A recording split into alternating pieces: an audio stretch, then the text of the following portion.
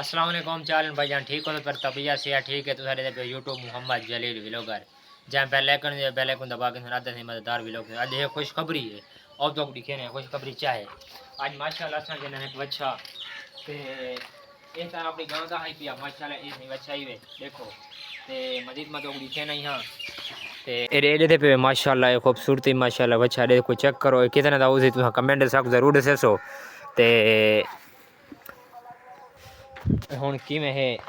माशाल्लाह ए ओ अपना अपनी गांव दा बच्चा आई ए मतलब मोल कीते थे ये अज खेना है हुन मार्का जुलदे पे अपनी बस्ती दे विच रवाना थे वेने हैं अपनी बोले वाला बस्ती दे विच पूरे जुलदे हैं गपशप लेसूं और तो इलाका दिखे हैं करने बाद ये कैसे भी लोग उड़े बढ़ाया कैसे अपने इलाके दा इथे बने देखने मतलब अपने जिथा मैं रंधा पिया तो बने देखने मतलब जुलदे पे उड़े ही तो माशाल्लाह से मिल गया उम्मीद तक आई सकूं पे वे गम शम ही अस्सलाम वालेकुम चालन ठीक हो तबीयत से ठीक है अल्लाह कमाने पे खैर है कितना है बंदे इतनी तेरी नगरी है चल मैं कल ही आया तू आवे कहना तू सा कहीं नहीं तो चेता पड़ी ये खबर है कितना है अच्छा इधर ही कह रहे हैं हुन तू आप हुन कम शाम दो बिया